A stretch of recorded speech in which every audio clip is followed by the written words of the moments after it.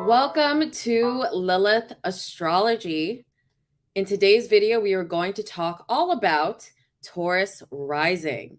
Before I get into all of that, I would love it if you like this video to hit the like button and also click on subscribe. I am going to be posting a lot of amazing new astrology, Lilith, dark feminine, shadow work videos on the channel, and I don't want you all to miss it. You also can click the bell, and that will inform you of when new episodes or when I go live. Really, really important to do that. So now let's get into Taurus rising. And before I get into what the rising sign or ascendant means in astrology, let's talk about the core of the zodiac sign Taurus. So Taurus is a fixed earth sign, and Taurus represents the material world. This is why it's fixed earth, because Taurus represents what we can touch, smell, feel, hear, experience, and it represents the material. This is why we associate Taurus with earth. And that fixity represents the solidness of the nature of Taurus as a zodiac sign. This is why Taurus energy, its partner sign is Scorpio, because we've got the emotional intensity. And basically, Taurus can help bring Scorpio into that light, into that creation, into that fixed material plane. And then as a result, Scorpio brings that intense emotion into that logical, fixed earth grounded energy. So we've got synergy there, just for just a little preview for when I get to the relationship section. But this is why we've got the polarity of light, Taurus, and then we've got the darkness, Scorpio. And you can't have one without the other. You can't have death without creation. And Taurus is creation. Taurus is creativity. So on that note, Taurus is also ruled by the planet Venus. Venus is the ancient goddess of love, fertility, beauty, voluptuousness, curvaceousness, makeup, the arts. And she also represents justice, though, and peace. So not only does Venus want beauty, but Venus also wants peace and harmony, and brings that energy when she shows up in specific zodiac signs. And she loves to be in the zodiac sign of Taurus. So if you have Venus in Taurus and that's on your ascendant or in your first house, you are lucky, because Venus wants to come and bring you wealth, abundance, peace, and joy in that area of your life. So we've got fixed earth, we've got Venus, and that is the core of Taurus as a zodiac sign. And we also can really think about that time of year on the northern hemisphere when it's spring and everything comes back to life, the flowers, the trees, the plants, and basically things flourish and come to life after a dark and colder winter season and fall.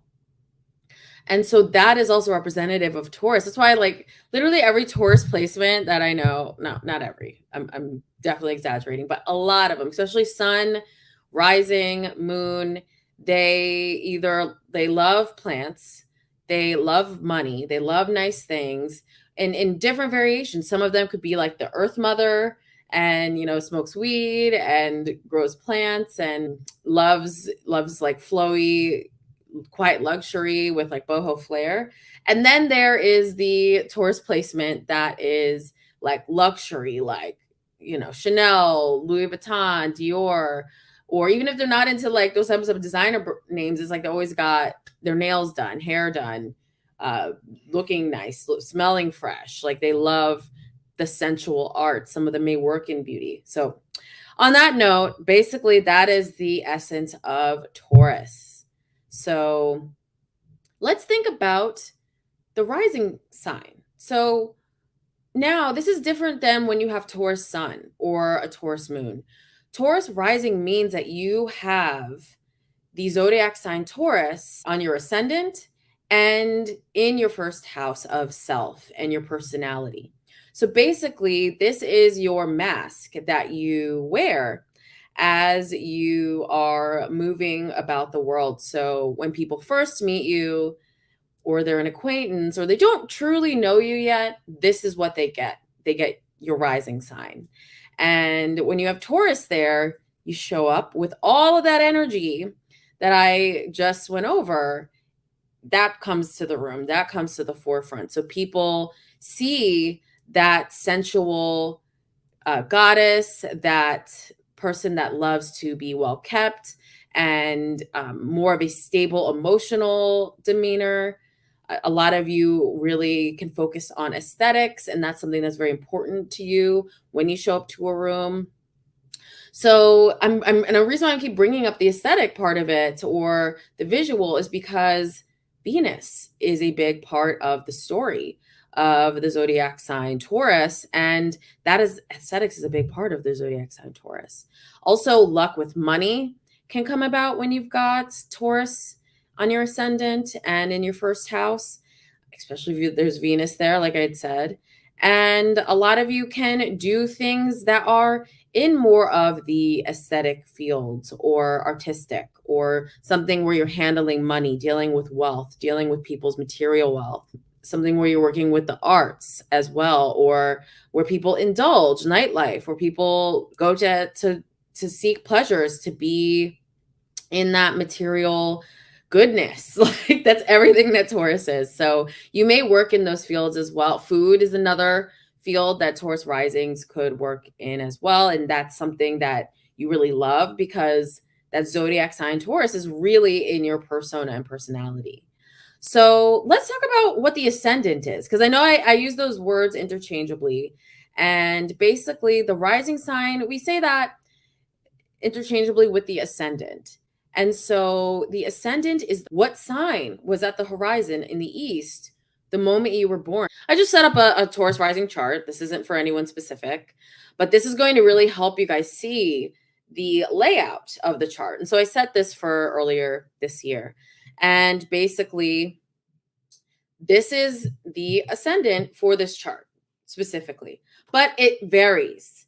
Everyone has a different degree and sign of their ascendant. There's 30 degrees in the sign of Taurus. So check out what number is there at the first house cusp of your chart, your ascendant, and where the eastern horizon was when you were born. That's going to determine the rising sign for you. And from there, you can see what planets you've got in your first house. And that's how you read your rising sign, your ascendant area of your chart. So, and there's more layers to it, but this is like the foundation. This is like the basics of it. So basically, when you have Taurus on the eastern horizon, the moment you were born, you are a Taurus rising, a Taurus ascendant, we can also say. And generally, depending on your chart, you will have Taurus in your first house of self and personality and your persona. So that is basically the foundation of rising signs and Taurus ascendant. And so now I'm going to get into what the specifics are in areas of life for Taurus risings that you can experience. So for instance, I'm going to go through each of the houses on a Taurus rising chart, and we're going to discuss how you can experience those facets of life as a Taurus rising. So going to want to stick around for that. And if you also stick around to the end of this video, I have a special offer that I'm going to share with all of you. So definitely stick around. We're going to talk about that at the end of this. So let's get into the gooey details. I don't know why I said that. Let's get into the gooey details, and then you guys get a little prize at the end. Okay, so when you have Taurus in your first house, Basically, your first house represents your self-image, your physical appearance, and how you project yourself into the world. So like I said, it is how you show up. It's how you are visible. And a famous Taurus rising, Megan the Stallion, she is a Taurus ascendant with Black Moon Lilith in Taurus. So, and this is like a okay rating on the site that astrologers, this is Astro theme we usually use for celebrities and researching their charts. But honestly, going by who she is and what we all see in the media and in her music and in her art, I'm not shocked that she is a Taurus rising, Black Moon Lilith rising, Black Moon Lilith in Taurus. So, but that's an example of a woman that is a Taurus rising, is very voluptuous figure, beauty, like just very sensual, sexual, using sexuality, your sensuality, your divinity, your divine femininity to accumulate wealth, to accumulate material. She's literally doing such a Venus thing. I mean, she's like a great example of a Taurus rising, and literally is out there being Venus and accumulating wealth because of it. I'm sure she is doing very well for herself. And so in terms of persona, Taurus rising come across stable, reliable, and grounded. And you are somebody who has a natural grace and charisma about you because that Venus influence is there as well too. In your second house, you have Gemini. And the second house rules over your finances. And a lot of you could make money through your voice and through speech. Gemini rules over communication. And that can be a talent, a gift. You can be a writer, you can be a singer like Megan the Stallion. You can work in media, you can be in a singer, a songwriter, a poet, just using the written, spoken, or vocal word to express yourself and to transform others. And in return, you're receiving money for doing just that. So you also can have a big range of things you like Gemini is a mutable air sign, and you can just have a lot of interest. You can be very multi-talented when you have this, because not only is Megan a singer, but not singer. Well, I think so. Actually, no, I don't think so. I don't think I've ever heard her sing. She just raps, but then she also dances. She's at fashion, beauty. Like she's always like with these like creative styles, nails, which I'm sure, she gets help from her team. But when she was starting out, it's just her. So you have a diverse amount of interests, and I'm sure we'll see other businesses from her. So a lot of the time too with Taurus risings is basically a lot of you enjoy the variety when it comes to making your income. I think you can do well in a 9 to 5, but some of you may feel like if you had one, it has to be scattered. Like you have to be doing a lot of different things. You can't just be stuck doing just one thing. So the third house, you have the zodiac sign Cancer. And the third house rules over communication, siblings, short trips, learning, writing, documents, and basically you can have a nurturing and empathetic relationship with your siblings, cousins. Some of you could also feel very at home with them and really have a strong sense of family. And some of you also, it depends on the planets you have here also. Because if you've got Pluto in Cancer in the third house, you're of that generation, this is not too fun. Or if you have Mars there. So it's important to take a look. I want to remind you of that as I continue to go through the entire chart with you guys.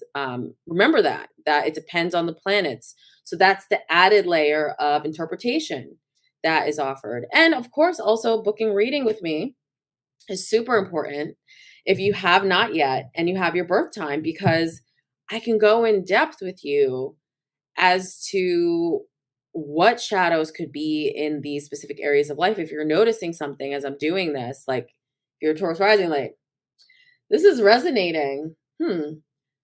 My readings are open on lilithastrology.com, and you can check that out in the link below. That special offer also is coming at the end of this broadcast, so keep watching. And we're going to share that at the end. But you might have a deep connection with them. And also, a lot of you may really feel at home staying in your hometown, because it also rules over our local area around us. And a lot of you may feel you might not like to travel as much. I'm not saying you don't travel, but a lot of you get homesick easily when you do. You feel very comfortable when you are in where you grew up, in your locality, in where you recognize as familiar. And a lot of you can just have very emotional ways of expressing yourself and be very empathetic to others. And that also comes with the charm of being a Taurus rising, because I said you're charming. Well, that Cancer third house is helping along your communication and the charm, and basically being able to speak, knowing what someone needs. A lot of you can be great marketers with that. Third house is marketing. You understand how to emotionally communicate with someone to really get a good response, or to get them to buy something, or to get them to convert to something. So that's the third house for you, Taurus. And we've got the fourth house, Leo. And the fourth house represents your home, your family, your roots, and your emotional foundation. So with Leo in the fourth house, a lot of you may find comfort in validation and recognition from family members, from people who you grew up around. A lot of you may have some, I'm going to say royal roots, but you might come from a family that is very standout, or has a lot of leaders, or was able to accumulate some status. That's a big part of Leo energy. And a lot of you could be like the prize son or prize daughter, really like get put on a pedestal by your family. Look at the planets there, because I'm not saying that. You gotta look at the planets. I'm going to remind you about that. We can do that in a reading. But generally, validation and recognition from the family is very important to you, whether you received it or not. You could have, but you may not have, depending on what planets are there. And basically, you also take pride in your heritage as well. You take pride of your roots and where you come from. And a lot of you love to have fun at home. Like, a lot of you may be playing loud music, or you may have family that like to party. I'm a Leo moon, and I know, like, I come from a big African family that likes to party. Like, everything's a party, every event. So, or a function, as we say. But basically, like, that could be your family is like very like expressive. And a lot of you also can be very emotionally expressive as well, especially when it comes to your family members and people you know well. So you may not look like that to the outer world. You may be like composed and charmed, but with people that know you, you are very expressive. And a lot of you just love to be creative. You love to embrace your inner child and play and have fun. And it's in your DNA. It's in what you want to do. Some of you could have inherited creative gifts from family as well too. So we've got Virgo in the fifth house, and the fifth house rules over creativity, self-expression, romance, and children. And with Virgo in the fifth house, a lot of you are very practical with those areas of your life. So some of you may really love building, creating things through your hands and through handiwork, and renovating and changing certain things in your home, and really expressing yourself through through material ways. Some of you might quite literally be builders with wood and working with natural materials. Some of you can be really creative with plants.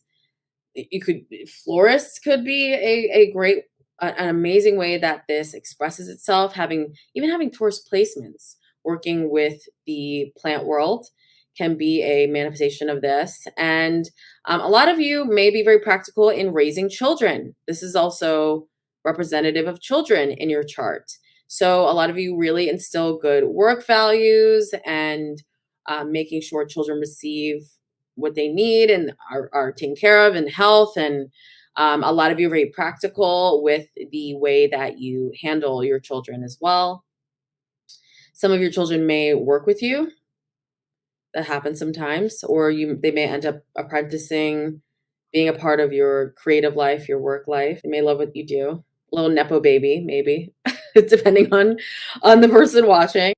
And some of you may also, with Virgo in the 5th house, restrict your creativity earlier in life. Maybe you didn't receive the validation. This is kind of going along with Leo in the 4th house. If you've gotten afflicted, a challenging planet there, or placement or aspect going on there, it can make you detract creatively and be overcritical of yourself, and really slows down the process of your ideas and what you want to do. So just a note with that. And then this is also like the accounting world, or someone that handles speculative investments is a big part of the 5th house.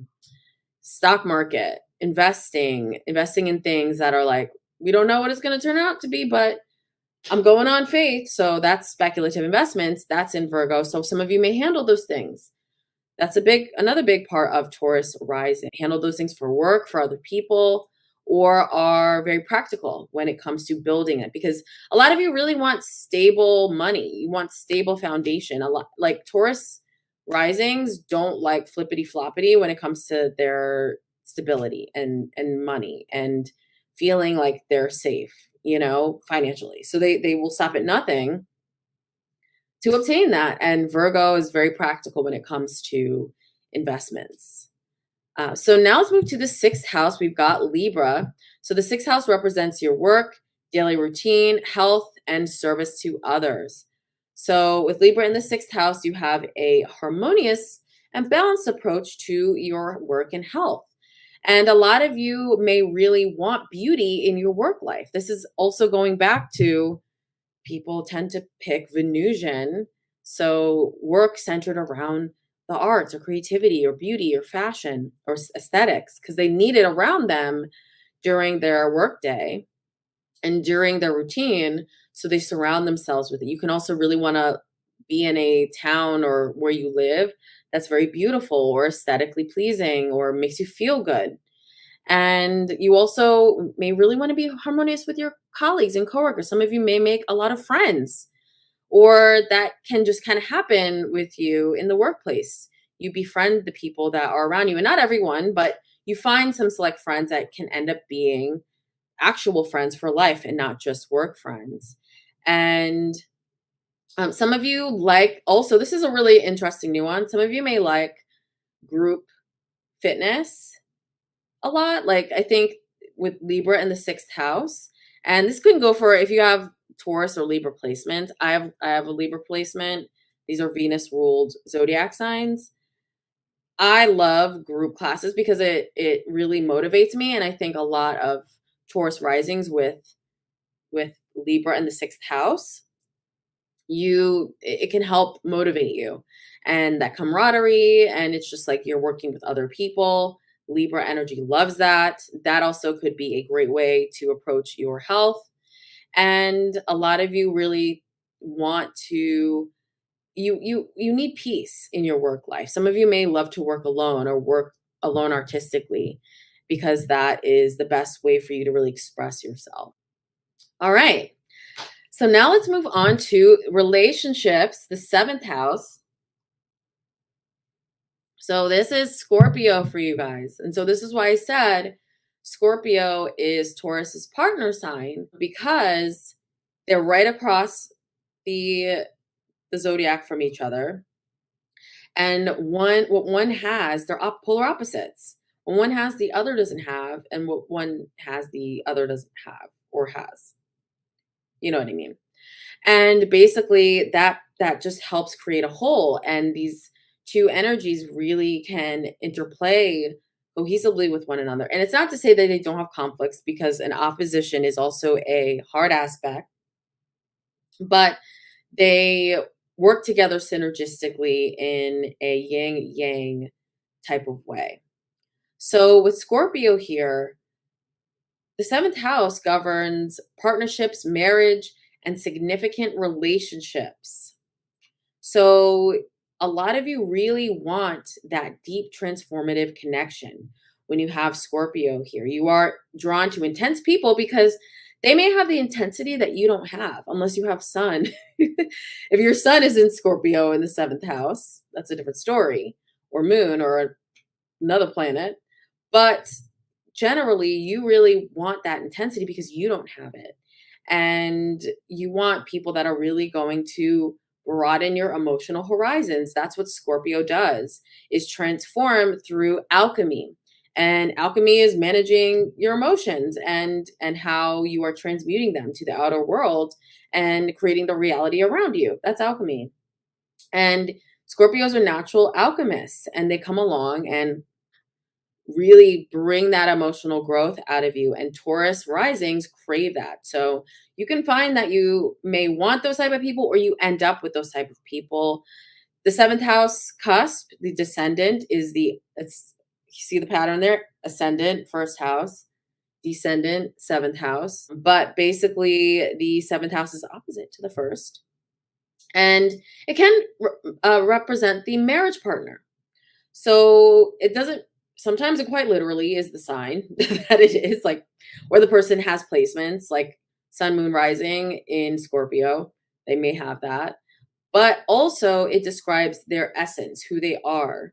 So they could be in Aries, and can have a Scorpio moon, or really exhibit very Plutonic Scorpio energy. Pluto is the ruler of Scorpio. You're drawn to marriages, important partnerships that are intense and passionate, and you don't really like flings. You're not drawn to flings as much, and you really need that emotional safety and security. So Taurus risings also, they value loyalty, they value stability, and they seek partners who can provide them with that. And Scorpio energy typically does, because Scorpio does share those similar values, and they really want that comfort and harmony. And another thing is, like, Scorpios know how to make that coin. Like, tell me a Scorpio that is not making coin. Like, I mean, I'm sure there are.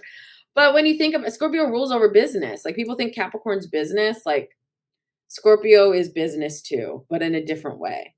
But basically, you tend to draw in partners as a Taurus rising that can take care of things and are responsible financially, and like know how to, they mean business. They're serious. And you need that so that you can be in your creativity and divine femininity.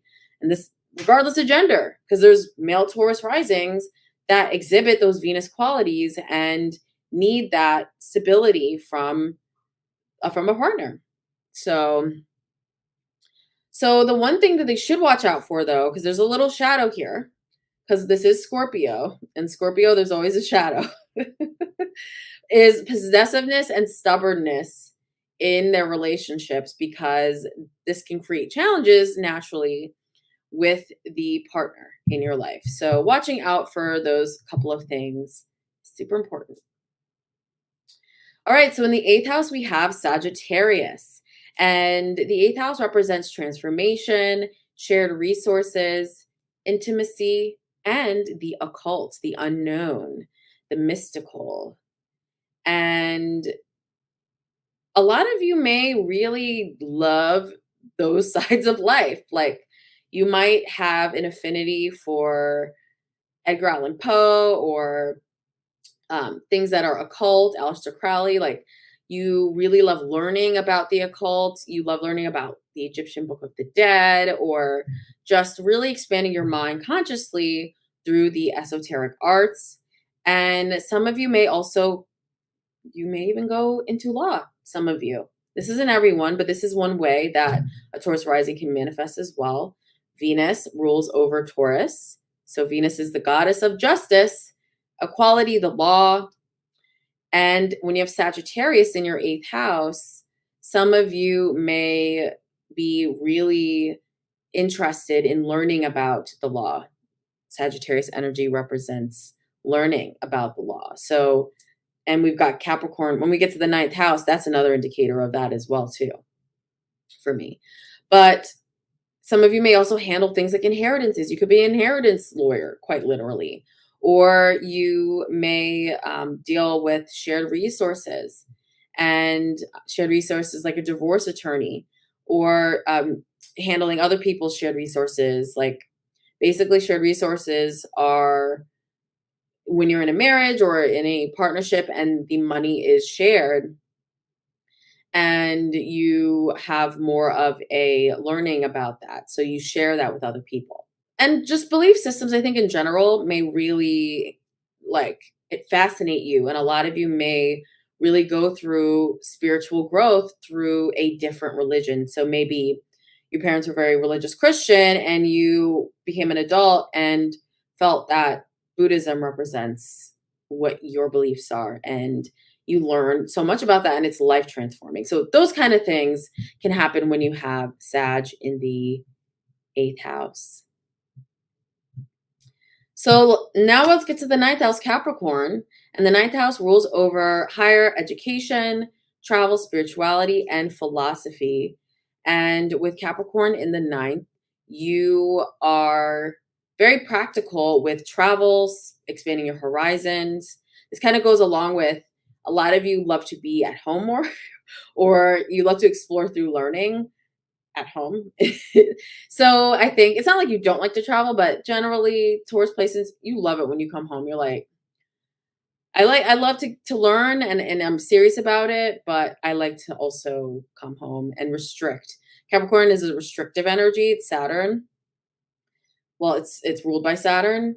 And basically you can feel that restriction with travel and wanting to do it as much.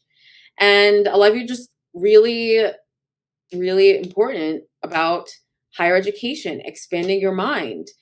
Some of you may always be learning, going to get some certificate or going to get higher knowledge, getting another degree, and get really serious about your spirituality. And like I said, the 9th house, this can also represent legal matters, marriage. And if any of you are in legal professions, some of you may deal with those facets of life and in the law as well too. So, and also spiritual teacher, that can also be a big part of Capricorn 9th house, depending on what you've got in your chart.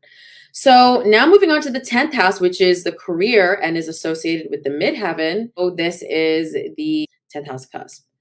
And basically the 10th house represents your career, public image, and reputation.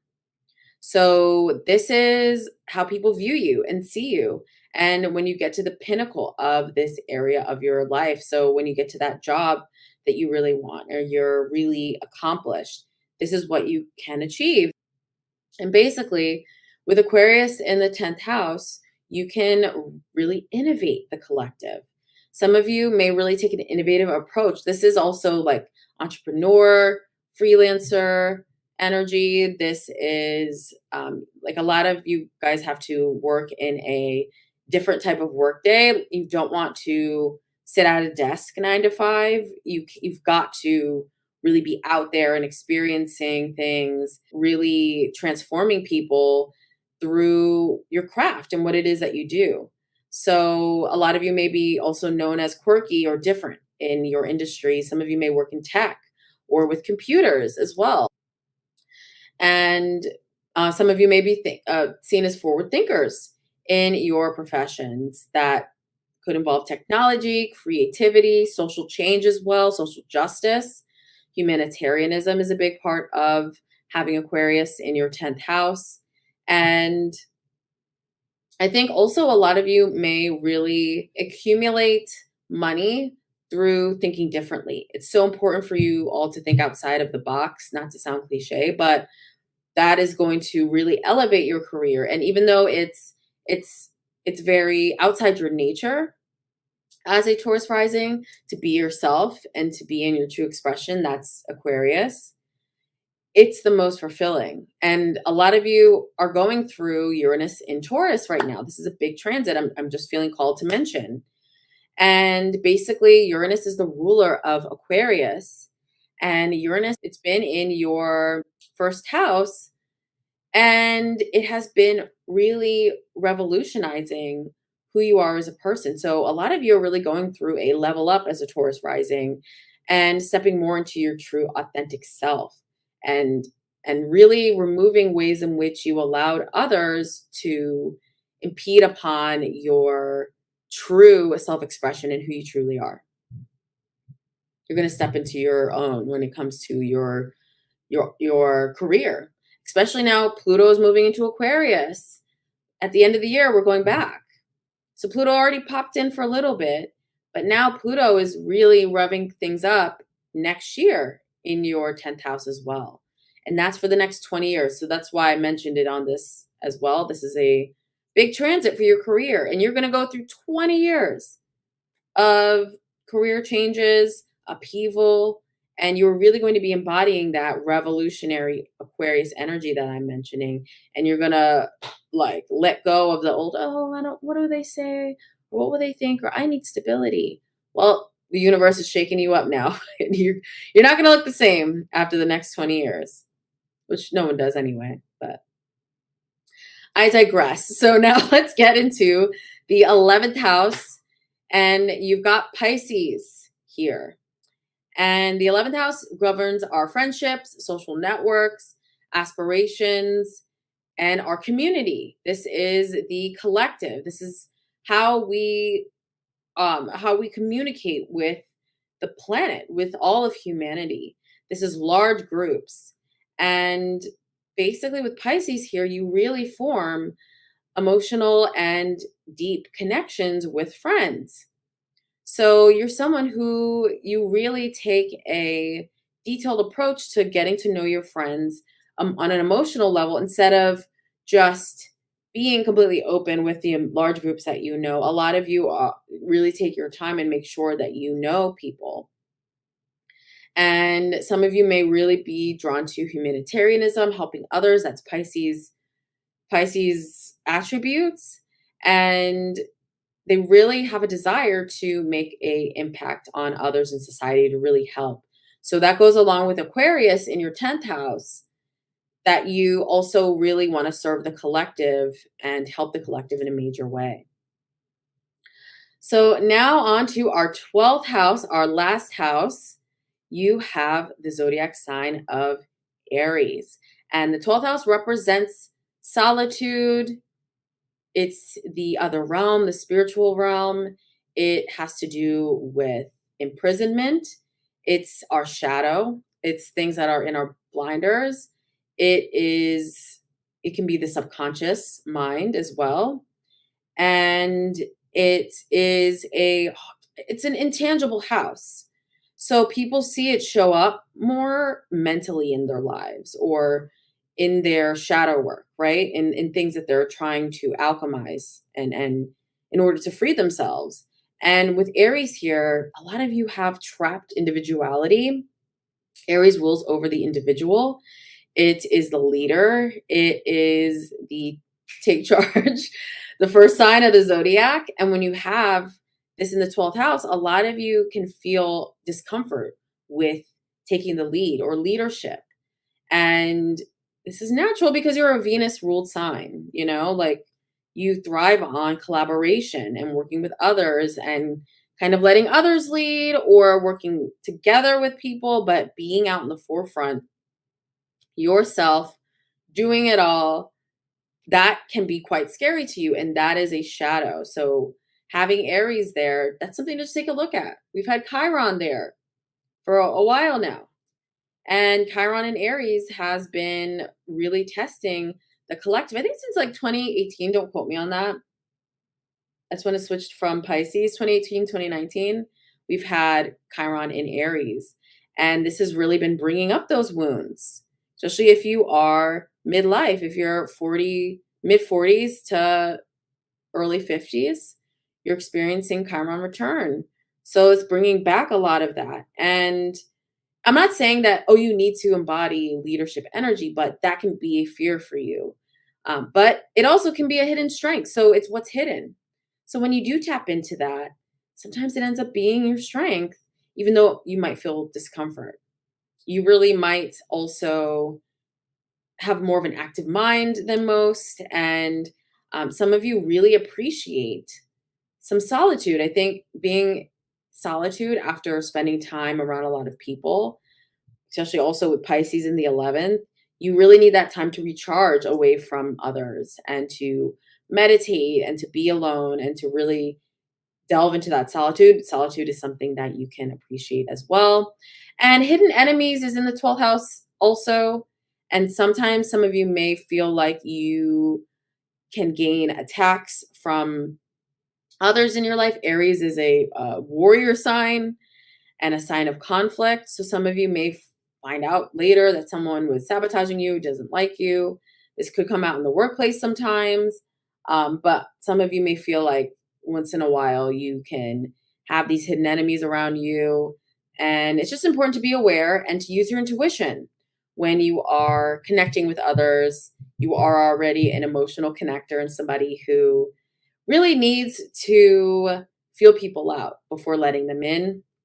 You'll know if somebody means well for you or should be left alone.